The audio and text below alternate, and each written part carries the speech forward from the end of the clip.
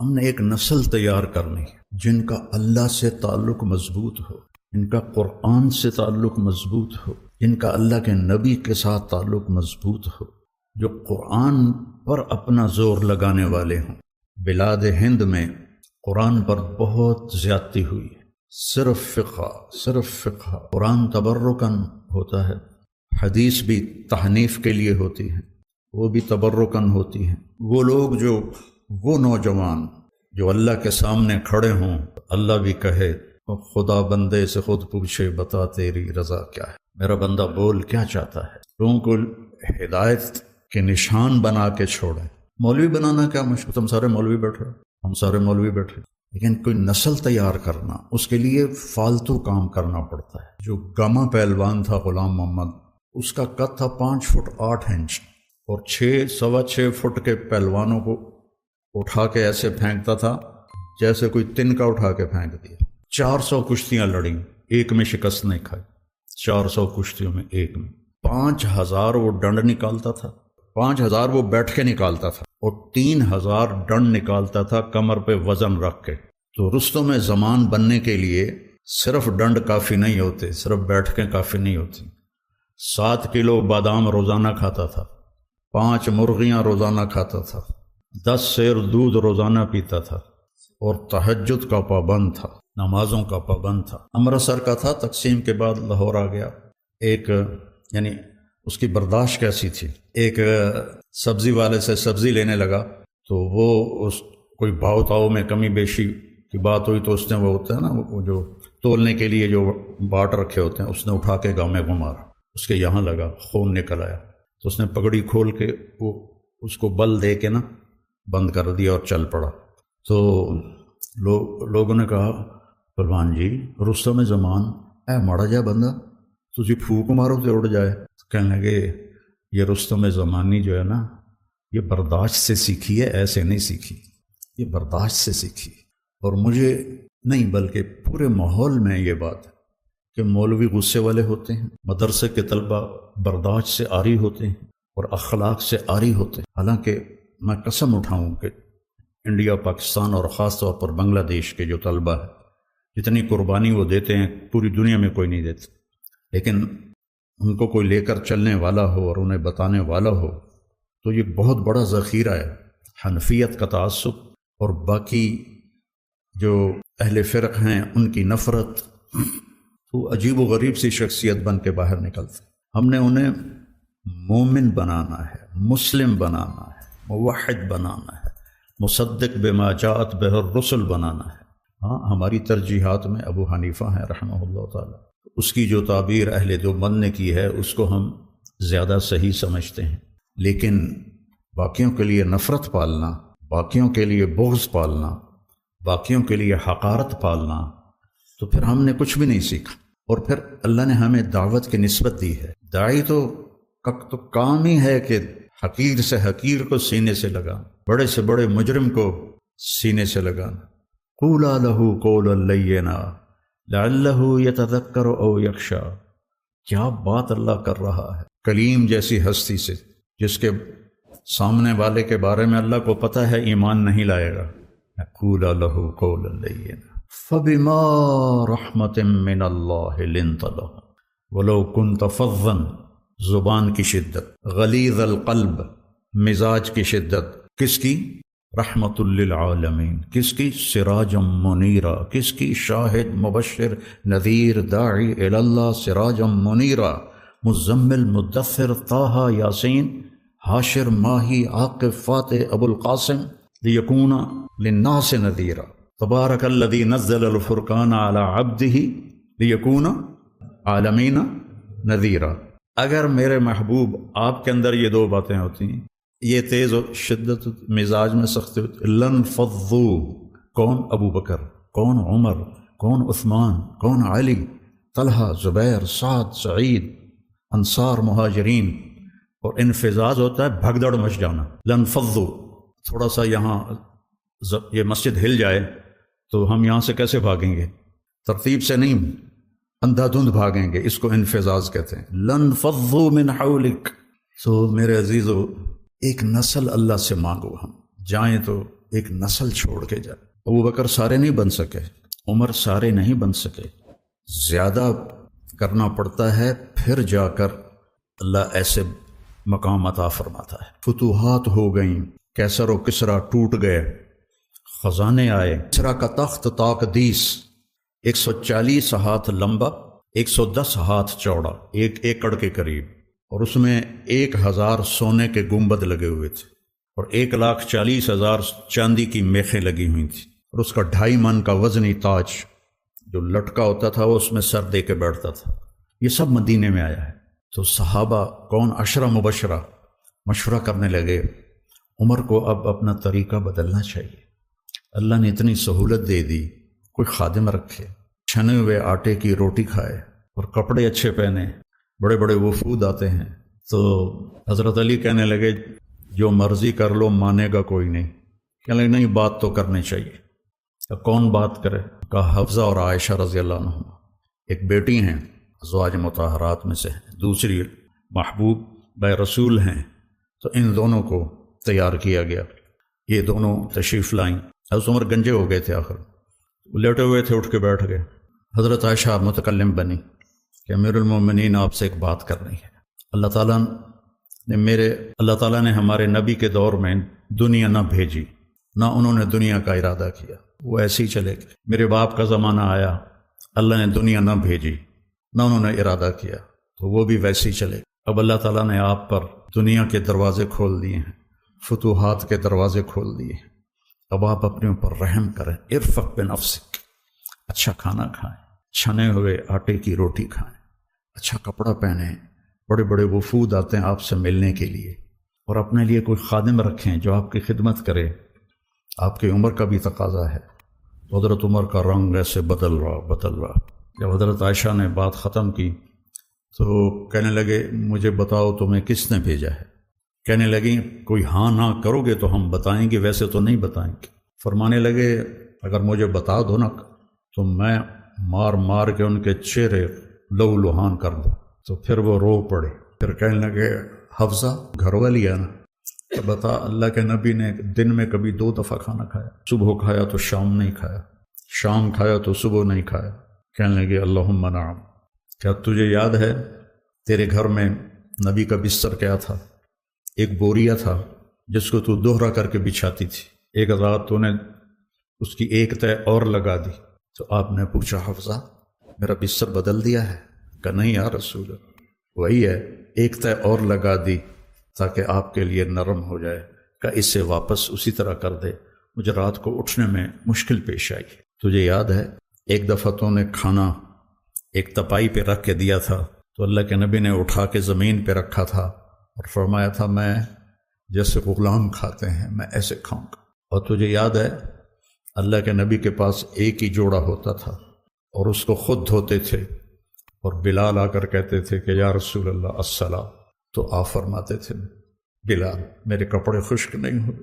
نماز لیٹ ہو جاتی تھی کہ دوسرا جوڑا نہیں ہوتا تھا۔ کہنے لگے جی ہاں، یاد ہے کہ ایک دفعہ جوڑا بھی نہیں تھا، رات نے ایک انصاری عورت سے چادر منگوائی تھی اور وہ لپیٹ کر جا کے نماز پڑھائی تھی، وہ تمہیں یاد ہے؟ ساروں قطار رونے لگے۔ فرمایا عائشہ حفصہ جنہوں نے تمہیں بھیجا ہے انہیں جا کے کہو کہ 3 دوست تھے، ایک منزل کی طرف چلے، پہلا چلا وہ پہنچ گیا، دوسرا چلا وہ بھی پہنچ گیا، اب تیسرا راستے میں ہے، ان کی راہ پر چلے گا تو ان تک پہنچے گا، اگر اس سے ادھر ادھر ہوا تو بھٹک جائے گا۔ والذی نفسی بیدہ لأکرہن نفسی علی ما انا علیہ، اس ذات کی قسم جس کے قبضے میں میری جان، میں اپنی جان کو اسی طرح کھپاؤں گا جس پر میں ہوں، یہاں تک کہ میرا اللہ مجھے میرے ساتھیوں سے ملا دے۔ جب خنجر لگا اور امید کوئی نہ رہی بچنے کی تو آپ نے عبداللہ بن عمر کو بلایا اور فرمایا کہ جاؤ اما عائشہ سے کہو کہ عمر امیر المومنین نہ کہنا، اب میں امیر المومنین نہیں ہوں۔ عمر اپنے ساتھیوں کے پڑوس میں قبر کی جگہ چاہتا ہے۔ جب وہ تشریف لے گئے تو حضرت عائشہ بھی رو رہی تھی، انہوں نے یہ روتے ہوئے عرض کی اماں جان میرا باپ عمر بن خطاب اپنے ساتھیوں کا پڑوس چاہتا ہے۔ تو حضرت عائشہ پھر رونے لگی کہ یہ جگہ تو میں نے اپنے لیے رکھی ہوئی تھی کہ میں اپنے باپ اور خامد کے ساتھ میری قبر بن جائے، لیکن عمر مجھ سے زیادہ حقدار ہے۔ مرحبا بہ۔ جب وہ آئے تو حضرت عمر کو بتایا کہ اجازت ہو گئی ہے۔ کہا نہیں بیٹا، ہو سکتا ہے میرے شرم میں اجازت دی ہو، جب میں مر جاؤں اور میرا جنازہ لے کے دروازے پر پہنچو تو دروازہ پر جنازہ رکھ دینا اور پھر اندر جا کے دوبارہ اجازت لینا، اس وقت اجازت ملے تو اندر لے جانا، ورنہ مجھے بقیع میں دفن کر دیں۔ حضرت علی اور حضرت حسن آئے تو گھبراہٹ دیکھی تو حضرت علی نے فرمایا موت سے ڈر گئے ہو؟ تو سنو، نہیں موت سے نہیں، ما بعد الموت سے ڈر رہا۔ لو کان بعدی نبی لکان بول لکان عمر، کہہ رہے موت نہیں، موت کے بعد سے ڈر رہا۔ تو حضرت علی نے فرمایا نہ ڈرو، میں گواہی دیتا ہوں، میں نے اپنے نبی سے سنا سیدہ کہول اہل الجنت ابو بکر و عمر۔ تو حضرت عمر کہنے لگے حشر کے دن گواہی دو؟ فرمایا میں بھی دوں گا، میرا بیٹا حسن بھی دیکھ۔ شریف لے گئے، پیچھے موت کے آثار نظر آئے، گود میں سر تھا بیٹے کی عبداللہ بن عمر۔ تو کہنے لگے ضعنی علی الارض، مجھے زمین پر ڈال۔ تو ان کا دل نہیں مانا تو انہوں نے پنڈلی پہ سر رکھ دیا۔ کہنے لگے ویح تیرا ناس ہو، سنتے نہیں ہو کیا کہہ رہا ہوں، زمین پر ڈال۔ آپ مسجد میں داخل ہوئے، آپ کے دائیں طرف ابو بکر تھے، بائیں طرف عمر تھے۔ آپ نے فرمایا ہمیں دیکھ رہے ہو؟ صحابہ سے کہا جی۔ کہا کذا نحشر یوم القیامہ، اس طرح ہم محشر میں اٹھیں گے کہ میرے دائیں ابو بکر ہوگا اور بائیں میرے عمر ہوگا۔ آپ نے حضرت حفصہ کو طلاق دی تو اللہ کا فرشتہ آیا کہ میرے عمر کو تکلیف ہوگی، رجوع کرو۔ اپنے نبی کی منشا کے خلاف اللہ نے فیصلہ دیا کہ میرے عمر کو تکلیف ہوگی، رجوع کرو۔ تو آپ نے رجوع فرمایا۔ تو جب انہوں نے زمین پہ سر الٹے ہو گئے اور اپنا چہرہ زمین پہ نہ، کہنے لگے ویل لک ولامک یا عمر ان لم یغفر لک ربک، ویل لک ولامک یا عمر ان لم یغفر لک ربک، ویل لک ولامک یا عمر ان لم یغفر لک ربک۔ یہی کہتے کہتے جان نکل گئی۔ تو برٹن رسل نے کہا، ایک دہریہ تھا انگریز مفکر، اگر ایک عمر اور ہوتا تو پوری دنیا میں اسلام ہو پھیل جاتا، اور سارے صحابہ مرید تھے اور یہ مراد تھے۔ اعز الاسلام باحد العمرین وبعمر بن الخطاب خاصۃ۔ بدھ کی رات کو دعا مانگی، جمعرات کی رات کو بدھ والے دن، جمعرات کو حضرت عمر کو اللہ نے ایمان کی دولت نصیب فرمائی، اور وہ اس حال میں جا رہے ہیں۔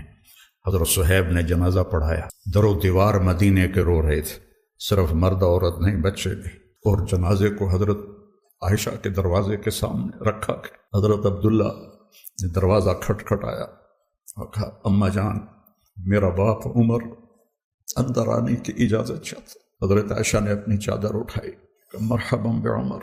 جب ان کی قبر کھودی جا رہی تھی تو حضرت عبداللہ بن عباس کہتے ہیں کہ میرے کندھے پر کسی نے ہاتھ رکھا، میں نے پیچھے مڑ کے دیکھا تو علی تھے علیہ السلام، اور رو رہے تھے اور کہہ رہے تھے عمر مجھے پتا تھا اس جگہ تیرے سوا کوئی نہیں آ سکتا، کہ میں نے ایک دفعہ نہیں، پتہ نہیں کتنی دفعہ سنا دخلت انا و ابو بکر و عمر، خرجت انا و ابو بکر و عمر، جلست انا و ابو بکر و عمر۔ اتنی دفعہ تیرے نام کو اپنے نام کے ساتھ لیا، میرے ان کانوں نے سنا، مجھے پتا تھا یہیں آئے گا تو یہیں آئے گا۔ صحابہ تو سارے معزز و محترم ہیں، لیکن جنہوں نے اپنے آپ کو کچھ کھپایا وہ پھر آج ہم ان کا ذکر کر کے رو رہے ہیں، آنکھیں اشک بار ہیں۔ رواجی کام کرنا ہے تو مسئلہ ہی کوئی نہیں، لیکن اگر کسی منزل تک خود بھی پہنچنا ہے، اوروں کو بھی پہنچانا ہے، چونکہ جب آدمی دوسروں پر محنت کر رہا ہوتا ہے تو عام طور پر اپنی طرف سے نظر ہٹ جاتی ہے، فلاں بچے کی یہ شکایت ہے، فلاں بچے کی یہ شکایت ہے، فلاں بچے کی یہ کمی ہے، فلاں بچے کی یہ کمی ہے۔ اب یہ ایک انتظامی چیز ہے، اس کو کرنا پڑتا ہے، لیکن آدمی اپنی کمیاں بھول جاتا ہے۔ ابن سیرین کے حسن بصری کا قول ہے کہ میں نے 70 صحابہ کی صحبت اٹھائی جو اپنے اوپر نفاق کا ڈر رکھتے تھے، نافق حنظلہ، نافق حنظلہ۔ تو میرے عزیزو، مجھے سمجھ میں نہیں آ رہا کہ میں کس طرح وہ بات آپ کے سامنے پیش کروں جو میں کہنا چاہتا ہوں۔ ایک دفعہ زندگی ملی ہے، میرا عاصم کہا کرتا تھا کہ بابا اللہ کے اس نبی کے اس بول میں کتنی تسلی ہے، لیس علی ابی کی کرب بعد الیوم، بیٹی آج تیرے باپ کے کرب کا آخری دن ہے، موت تک کی جنگ ہے اپنے آپ کے ساتھ، اس میں راحتوں کو قربان کرنا پڑتا، اپنی ذات یاد رکھنا پڑتا۔ اتنے مولوی اس سے پوچھتے ہیں کہ کوئی ایسی تفسیر بتائیں جس میں نکتے بیان کیے گئے۔ میں نے کہا اپنے لیے قرآن پڑھو، لوگوں کو متاثر کرنے کے لیے نہ دیکھو کہ میں نکتے بیان کروں، نہ مجھ سے کہا آپ یہ نکتے کہاں سے بیان کرتے ہیں؟ میں نے کہا اللہ کی قسم میں کہیں سے بھی نہیں بیان کرتا ہوں، اللہ سجاتا ہے، پتہ نہیں کہاں سے سجاتا ہے، میں نکتوں کے لیے قرآن نہیں اٹھاتا ہوں۔ فَإِذَا الْتَبَسَتْ عَلَيْكُمُ الْأُمُورُ كَقِطَعِ اللَّيْلِ الْمُظْلِمِ فَعَلَيْكُمْ بِالْقُرْآنِ فَإِنَّهُ مَاحِلٌ مُصَدَّقٌ وَشَافِعٌ مُشَفَّعٌ من جعله أمامه قاده إلى الجنة ومن جعله خلفه ساقه إلى النار۔ اللہ آپ سب بچوں کو قبول فرمائے۔ میں تو اب 70 سال سے بھی آگے چلا گیا ہوں، نہ جانے بلا لے پیا کس گھڑی، اب تو زندگی کے اس حصے میں سے گاڑی گزر رہی ہے کہ نہ جانے بلا لے پیا کس گھڑی، تو کیا کیا کرے گی اری دن کے دن۔ میرا سرمایہ ہیں یہ سارے استاد، آپ بھی اب سارے استاد ہو، اس طرح دنیا سے جاؤ کہ اللہ راضی۔ محمد علی جناح کے بارے میں بہت رحمۃ اللہ علیہ، کوئی کہتا شیعہ تھا، کوئی کہتا بے دین تھا، کوئی کہتے ہیں اس کو پتہ ہی نہیں تھا اسلام کا۔ ایک آدمی نے ان سے کہا کہ سر آپ اتنے بیمار ہیں اور آپ اتنی محنت کرتے ہیں، کیوں کرتے ہیں؟ تو کہنے لگے میں چاہتا ہوں جب میں اللہ کے سامنے پیش ہوں تو میرا اللہ مجھے کہے شاباش مسٹر جناح۔ انہوں نے تو انگریزی میں کہا کہ اللہ مجھے کہے ویل ڈن مسٹر جناح، جناح شاباش۔ جب ہم اللہ کی بارگاہ میں پیش اللہ ہم سے کہے شاباش، کیا بات۔ اس امت کو اللہ نے یہ فضیلت بخشی ہے کہ انہوں نے اپنی کتاب کی حفاظت کی ہے، اور اس کی ابتدا اللہ نے سورہ فاتحہ سے فرمائی ہے۔ تو سورہ فاتحہ جبریل لے کر نہیں آئے، جبریل آپ کے پاس بیٹھے تھے، تو ایک دھماکہ ہوا، تو آپ نے فرمایا یہ کیا دھماکہ ہے کہ یا رسول اللہ آج ایک دروازہ کھلا ہے جو پہلے کبھی نہیں کھلا، اور آج ایک فرشتہ آ رہا ہے جو آج تک زمین پہ نہیں آیا، اور ایک کلام لے کر آ رہا ہے جو آج تک کسی نبی پر نہیں آیا۔ تو وہ فرشتہ حاضر ہوا اور آپ کو 2 کلام پیش کیے، ایک سورۃ فاتحہ اور ایک سورہ بقرہ کا آخری رکوع، آمن الرسول سے لے کر آخر تک۔ ابشر بنورین، آپ کو 2 نوروں کی بشارت ہو، سورۃ فاتحہ اور سورہ بقرہ کا آخر رکوع۔ تو ہم تھوڑی سی بات سورہ فاتحہ پر کریں گے کہ میرے نبی نے فرمایا اوتیت المثانیہ مکان التورات والمائدہ مکان الانجیل والحوامیم مکان الزبور وفضلت بالمفصلات۔ سب سے بڑی کتاب تورات، اٹھانا بھی مشکل تھا، اتنی بڑی کتاب۔ میرے نبی نے کہا اللہ نے مجھے تورات کے بدلے میں سورہ فاتحہ دی، اور انجیل کے بدلے مجھے اللہ تعالیٰ نے سورہ مائدہ دے دی۔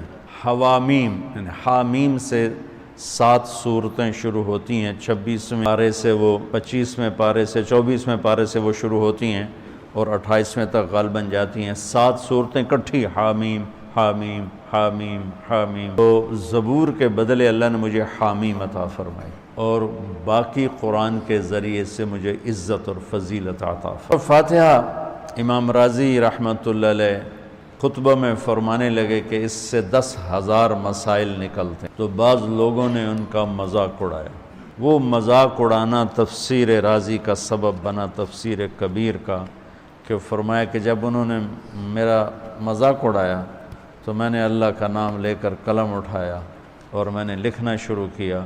پہلی جلد سورہ فاتحہ پر ہے، اور 10,000 مسائل اس بندے نے نکال کے پیش کیے ہیں۔ امت کو موقع ملے تو آپ پڑھ لینا۔ اور حضرت علی کا فرمان ہے امام المتقین، اگر میں سورہ فاتحہ کی تفسیر کروں، سورۃ فاتحہ کی تفسیر لکھواؤں تو 70 اونٹوں پہ لادی جائے گی، 70 اونٹوں پہ۔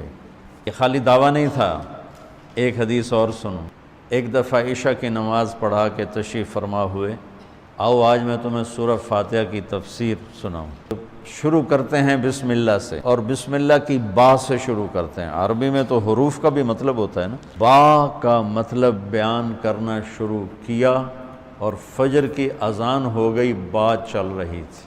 ہم نے تو تم نے تو شاید وہ کتاب دیکھی نہیں، وہ شرح میت عامل الباء للالصاق مررت بزید، ہمیں تو بس اتنا ہی آتا ہے، یا حرف جر ہے، باؤ تاؤ کاف و لام و واؤ منز و مزخلا رب حاش من عدا حتی، کیا ہے حتی الہ، وہ جو من میر زبانی یاد کی تھی۔ تو سورۃ فاتحہ سارے آسمانی کلاموں کا جتنے آسمان سے کلام اترے، کتابیں اتریں، اس کا خلاصہ ہے قرآن، اور قرآن کا خلاصہ ہے سورۃ فاتحہ، اور سورۃ فاتحہ کا خلاصہ ہے ایاک نعبد و ایاک نستعین۔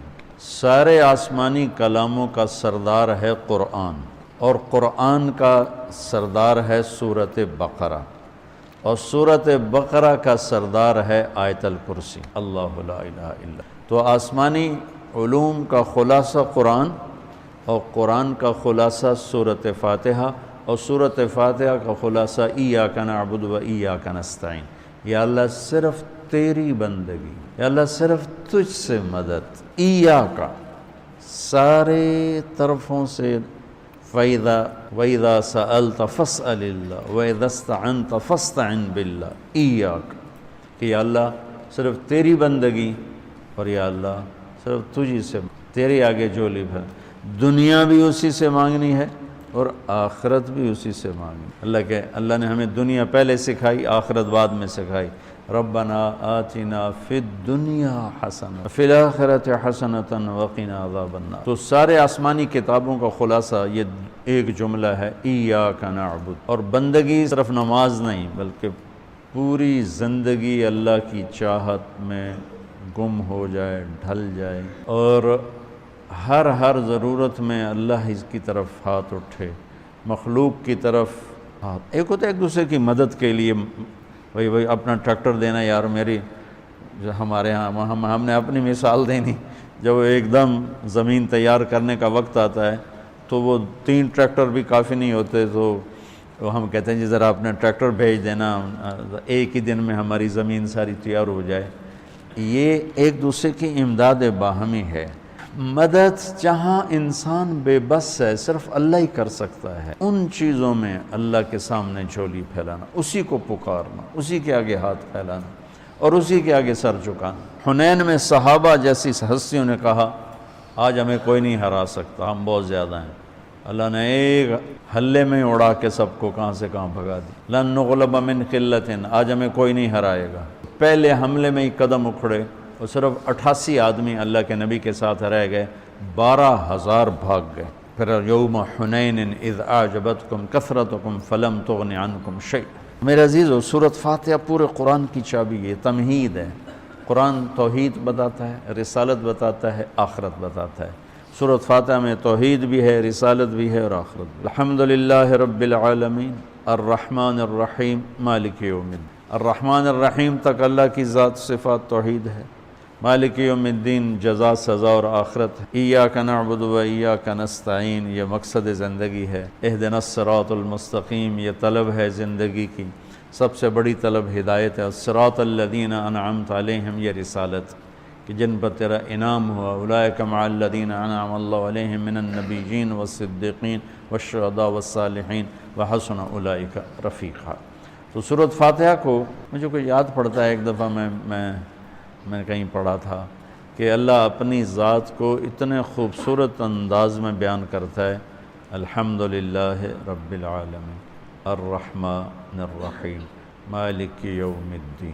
یہ تو غیب کے صیغے کے ساتھ بات ہو رہی، لیکن اللہ اپنی ذات کو اس قدر خوبصورت انداز میں بیان کرتا ہے کہ ان 4 لفظوں میں اللہ سامنے آ جاتا ہے، تو سننے والا اللہ کو سامنے دیکھ کر کہتا ہے ایاک نعبد، تیری ہی بندگی کرتے ہیں، وایاک نستعین تجھ سے مانگتے ہیں، کیونکہ اللہ کو دینے کے لیے کہیں سے مانگنا نہیں پڑتا۔ ابراہیم علیہ السلام نے آگ میں جاتے ہوئے جبریل اور ہوا کے فرشتوں کو کہہ دیا تھا اما الیک فلا واما الی اللہ فنعم ایاک نعبد وایاک نستعین۔ اللہ تعالیٰ نے اپنی ذات کو اس خوبصورت انداز میں پیش کیا کہ جیسے ہم اللہ کو دیکھ کر کہہ رہے ہیں ایاک نعبد وایاک نستعین، یا اللہ صرف تیری بندگی کریں گے، یہ سر اور کہیں نہیں جھک، اور یا اللہ صرف تجھ سے مانگیں گے اور کسی سے نہیں مانگیں گے۔ وہ میں نے پہلے ایک مثال سے بتا دیا، یہ استعانت بالغیر نہیں ہے، بھائی مجھے قرض چاہیے اب مجھے 1,00,000 روپیہ دے دیں، یہ اس میں نہیں آتا ہے۔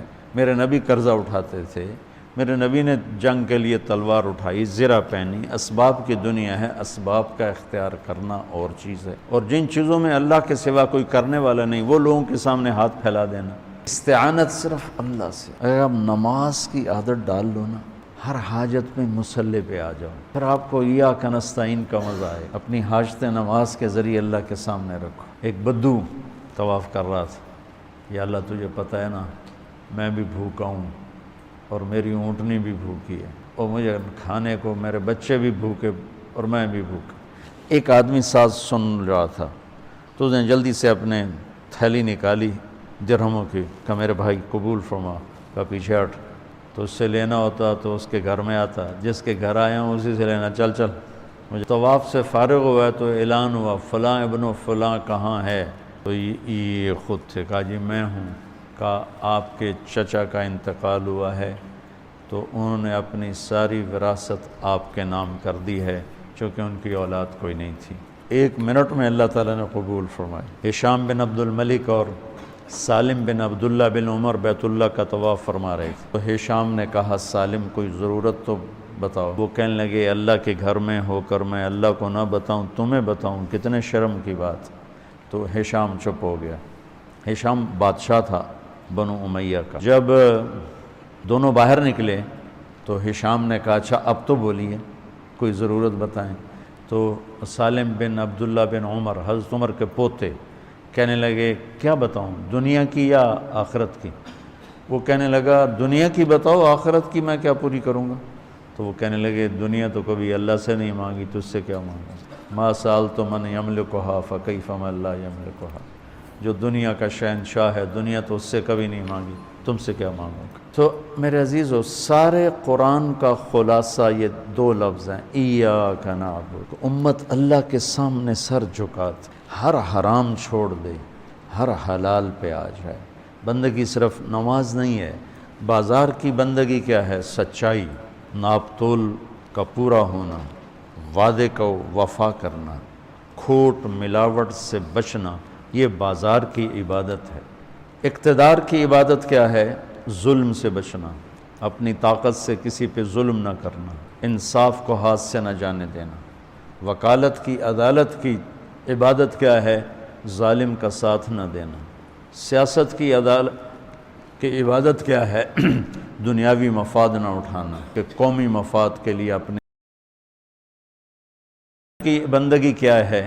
ماں باپ ہیں تو ان کی آنکھوں کی ٹھنڈک بن، بیوی ہے تو اس کے دامن کو خوشیوں سے بھرنا، اولاد ہے تو ان کو ایسی محبت دینا جیسے میرے نبی حسنین کو دے کر گئے تھے۔ یہ اس طرح عبادت پھیلی ہوئی ہے۔ بہن بھائی ہیں تو ان کے ساتھ شیر و شکر ہو کے رہنا، ان کی کمیاں زیادتیوں سے درگزر کرنا، یہ ایاک نعبد ہے۔ صرف نماز کے اندر نہیں ہے ایاک نعبد، بلکہ پوری زندگی ایاک نعبد۔ تو میں کہا کرتا ہوں سچائی، دیانتداری اور انصاف، یہ 3 چیزیں اگر آپ کے اور میرے اندر ہیں تو ہماری پوری زندگی عبادت بن جائے گی، پوری زندگی بندگی بن جائے گی۔ وَإِيَّاكَ نَسْتَعِينُ۔ جب اس کے سامنے سر جھکاؤ گے، پھر ہاتھ اٹھاؤ گے تو مزہ بھی آئے، مانگنے کا بھی، اس کے دینے کا بھی۔ اس کو کون سا کہیں سے لینا پڑتا ہے؟ جو وہ نباتہ بن یزید نخی رحمۃ اللہ علیہ تابعین میں سے ہیں، اللہ کے راستے میں جا رہے تھے، گدھا مر گیا تو نیچے اتر کے 2 نفل پڑھ کے کہنے لگے یا اللہ تو بے نیاز ہے، تو کسی چیز